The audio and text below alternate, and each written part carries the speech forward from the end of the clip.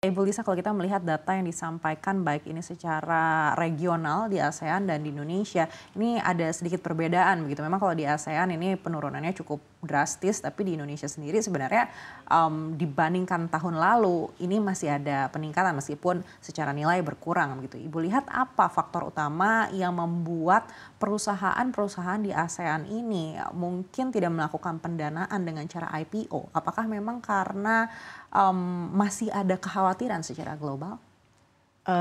Sebenarnya ini lebih ke arah domestik ya untuk yang penjaminan emisi efek ini. Secara demand itu masih sangat kuat, tapi kita lihat ada sedikit penurunan di sisi approval dari SRO.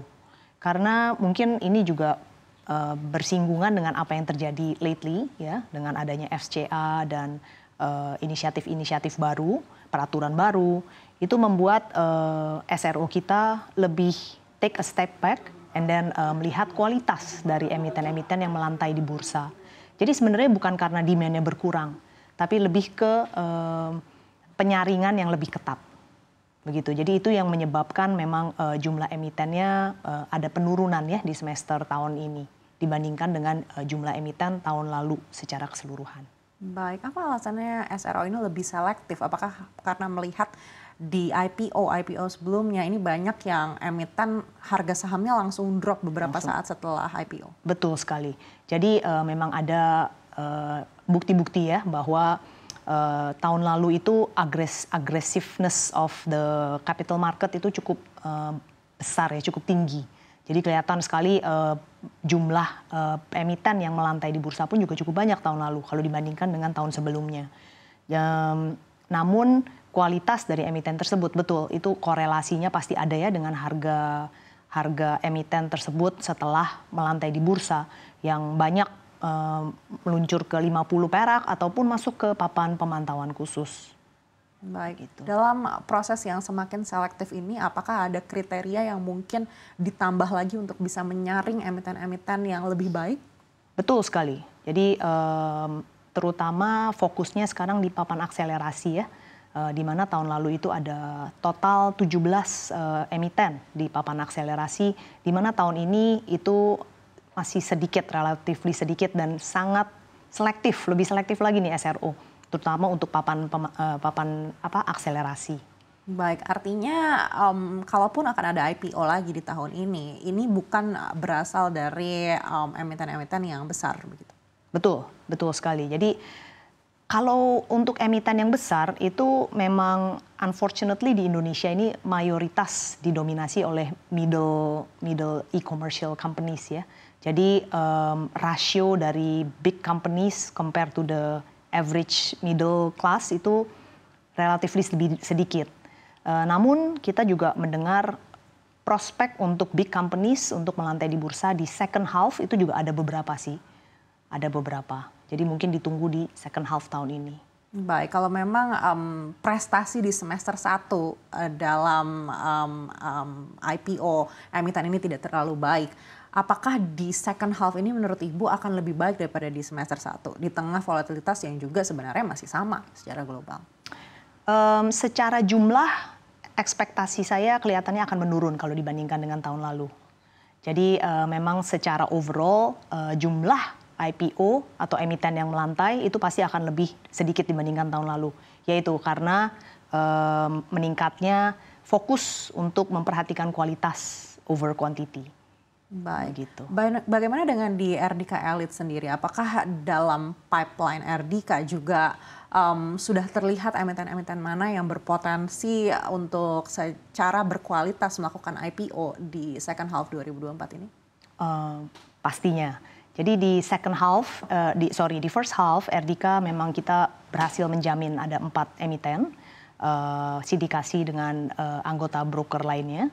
Tapi di second half ada di pipeline kami sekitar 2 atau 3 yang sedang kita kerjakan. Dari segi kualitas of course kita juga lebih strict ya. Jadi terutama untuk perusahaan-perusahaan akselerasi yang bentuknya UMKM, kalau dulu memang sedikit dipromote, kali ini kita lebih men-challenge emiten tersebut.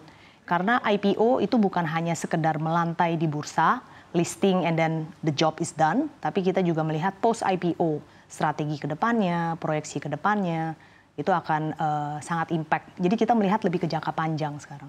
Baik, untuk hingga akhir 2024, sudah berapa banyak emiten yang mungkin sekarang sedang berproses dalam pipeline RDK Elite?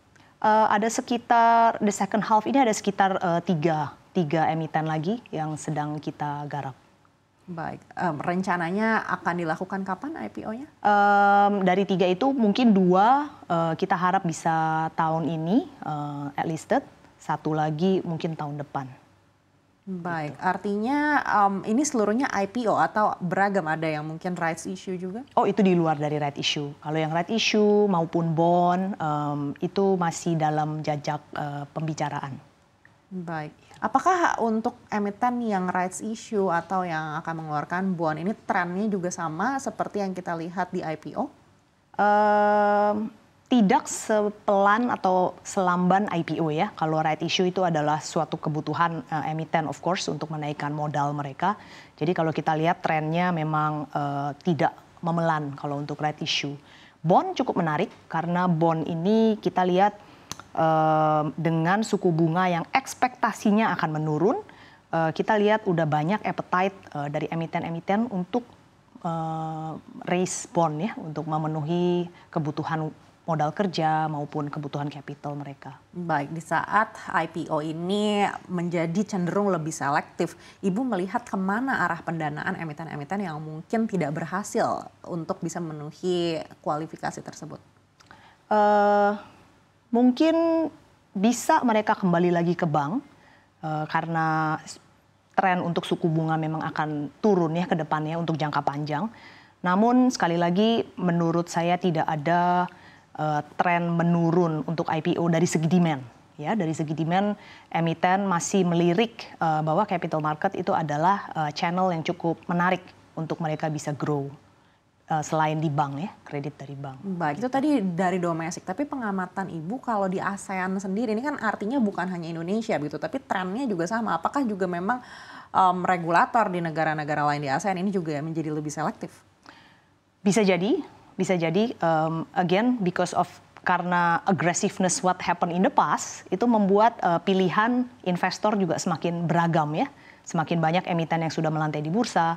Jadi mungkin itu juga yang membuat perlambanan untuk emiten-emiten baru yang melantai. Gitu. Jadi karena banyak option. Baik, tapi untuk dari segi investornya sendiri, apalagi sudah melihat pengalaman-pengalaman sebelumnya ketika ada emiten IPO lalu harga sahamnya anjlok begitu. Apakah masih banyak yang berminat terhadap saham-saham IPO seperti tahun-tahun sebelumnya? Minat investor ya, relatif masih cukup stabil karena memang betul ada yang terjerat lah ya, maksudnya nyangkut gitu dengan IPO sebelumnya. Tapi relatively mereka adalah investor awam ya, investor awam yang baru-baru mulai begitu. Tapi kalau kita lihat investor yang sudah well educated, mereka tetap terbuka gitu untuk melihat emiten-emiten yang good valuation, yang mempunyai prospek bagus, itu they are still hunting for the good companies.